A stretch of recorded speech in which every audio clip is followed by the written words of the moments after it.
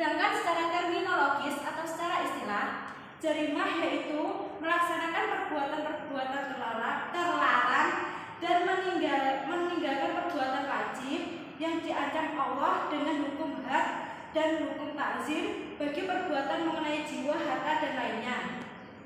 Contoh jarimah ini yaitu berupa suatu tindakan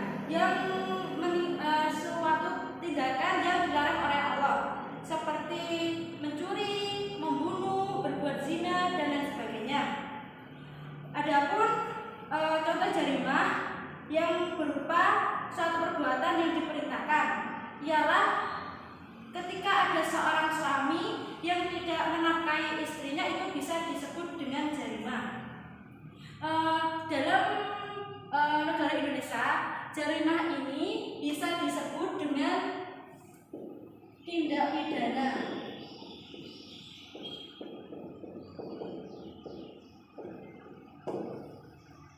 Kata jarimah ini sama dengan kata jinayah, yang artinya sama, yaitu berbuat dosa atau durhaka. Untuk selanjutnya yaitu poin dasar hukum. Dasar hukum jarimah ini ada 3, yaitu Quran surat Al-Qasas ayat 77, Quran surat Isra ayat 15, dan Quran surat Al-Maidah ayat 38. Coba Mbak Syafira dibaca arti dari Quran surat Al-Qasas ayat 77. Artinya langsung ya, Bu ya? Ya. Artinya yaitu, dan carilah pahala negeri akhirat dengan apa yang telah dianugerahkan Allah kepadamu. Tetapi janganlah kamu lupakan bagianmu di dunia dan berbuat baiklah kepada orang lain sebagaimana Allah telah berbuat baik kepadamu. Dan janganlah kamu berbuat kerusakan di bumi. Sungguh Allah tidak menyukai orang yang berbuat kerusakan. Ya, benar sekali. Sekarang Mbak Rika dibaca penjelasan atau terjemahan dari Quran surat Al-Isra ayat 15. Artinya, barang siapa yang berbuat sesuai dengan petunjuk Allah, maka sesungguhnya itu untuk keselamatan dirinya sendiri. Dan barang siapa yang tersesat, maka sesungguhnya kerugian itu bagi dirinya sendiri. Dan seseorang yang berdosa tidak dapat memikul dosa orang lain, tetapi kami tidak akan menyiksa sebelum kami memutus seorang palsu. Jadi dari dua pengertian ini, 2 poin ini, pengertian dan dasar hukum, kalian sudah paham? Sudah. Coba Mbak Syafira, pengertian secara bahasa jarimah ini apa? Berbuat dosa. Benar sekali. Selanjutnya Ibu akan menjelaskan tentang unsur-unsur dari jarimah. Unsur-unsur dari jarimah ini ada 3, yaitu unsur syar'i, rukun madi, rukun adabi. Rukun syar'i ini disebut juga dengan unsur formal, yaitu unsur syar'i ini yaitu unsur atau rukun yang sudah ditetapkan dalam nas seperti Al-Quran ataupun Al-Hadis, yang mana unsur syar'i ini menjadi unsur utama bagi azas legislatif dalam hukum pidana Islam. Jadi unsur syar'i ini unsur yang paling menentukan apabila orang itu berbuat jahat atau tidak, berbuat pidana atau tidak. Sedangkan rukun madi ini disebut juga unsur material, yaitu berupa perbuatannya, perbuatan dari tindak pidananya seperti mencuri, membunuh, dan lain sebagainya.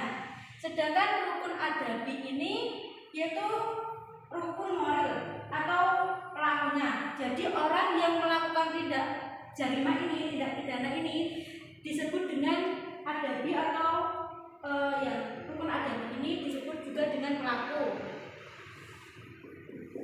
Ini pelaku, ini perbuatannya.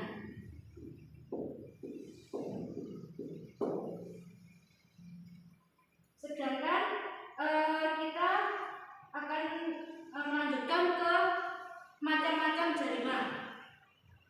Macam-macam jarimah ini ada 5. Yang pertama yaitu jarimah yang ditinjau dari berat ringannya hukuman. Jarimah ditinjau dari berat ringannya hukuman ini yaitu Jarimah hudud ini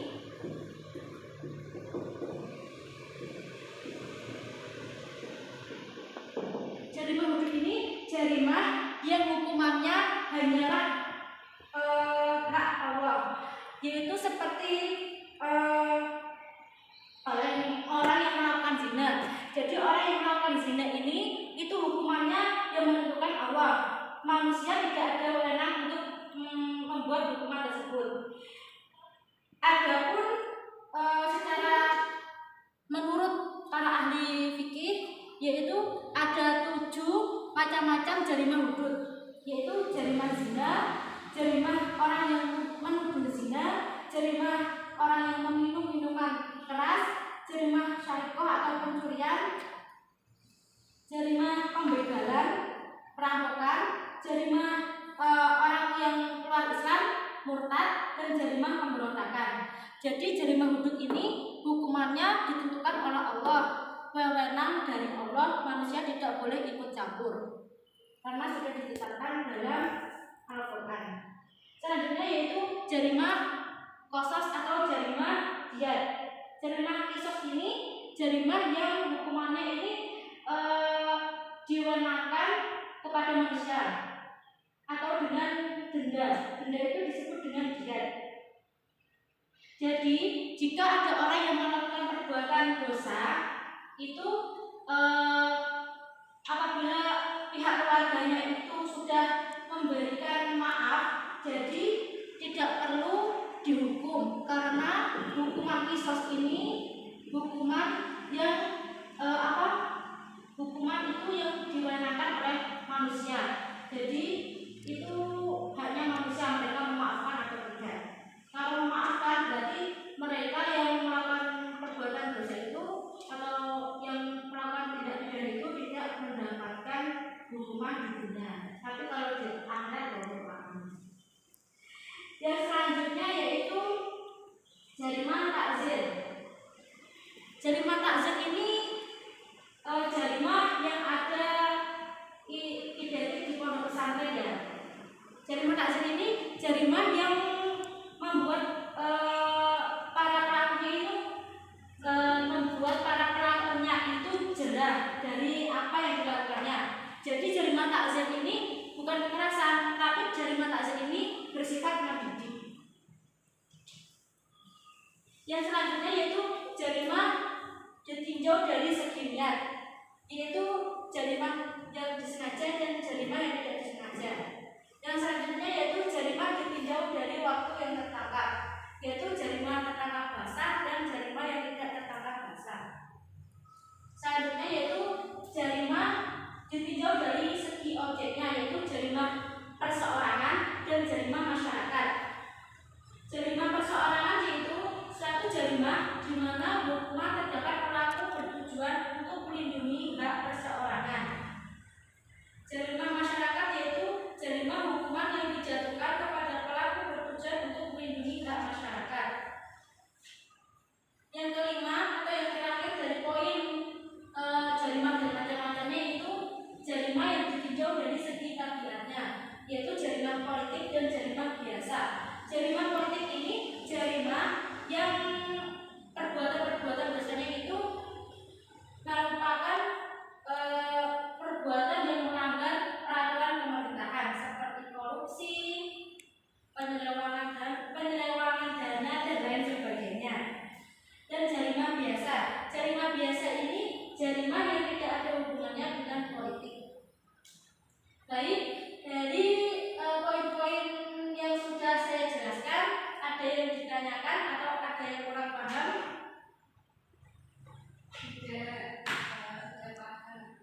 Kira-kira saya mau tanya, kira-kira jarimah yang ditinjau dari seginya kan ada jarimah yang sengaja dan jarimah yang tidak disengaja.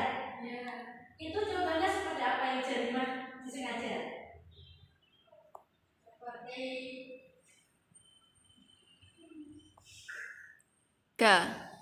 Contohnya jarimah yang tidak disengaja, Yaitu ketika seseorang melemparkan batu untuk mengusir binatang, tetapi batu tersebut malah mengenai orang lain. ya itu juga juga dari salah satu contoh perbuatan jarima yang tidak disengaja. Baik, untuk materi ini Ibu Guru sudah menerangkan. Jadi anak-anak bisa kalau sewaktu-waktu Ibu Guru membuat pertanyaan dari materi ini. Insya Allah, Bu. Baik, berhubung waktunya sudah habis, terima kasih atas waktunya. Semoga pelajaran yang kita sampaikan, yang kita dengarkan, yang kita pahami kali ini semoga bisa bermanfaat ya. Amin. Sebelum kita pulang, marilah kita berdoa terlebih dahulu.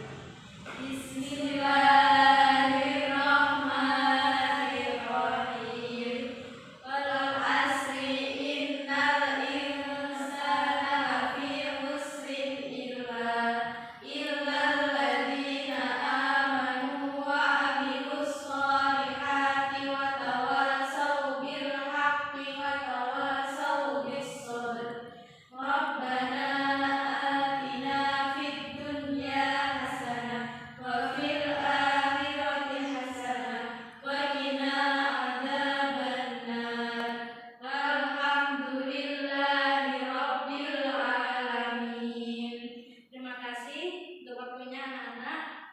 Sekian penjelasan dari Ibu Guru. Mohon kurang lebihnya mohon maaf. Wabillahi taufiq wal hidayah. Wassalamualaikum warahmatullahi wabarakatuh. Waalaikumsalam warahmatullahi wabarakatuh.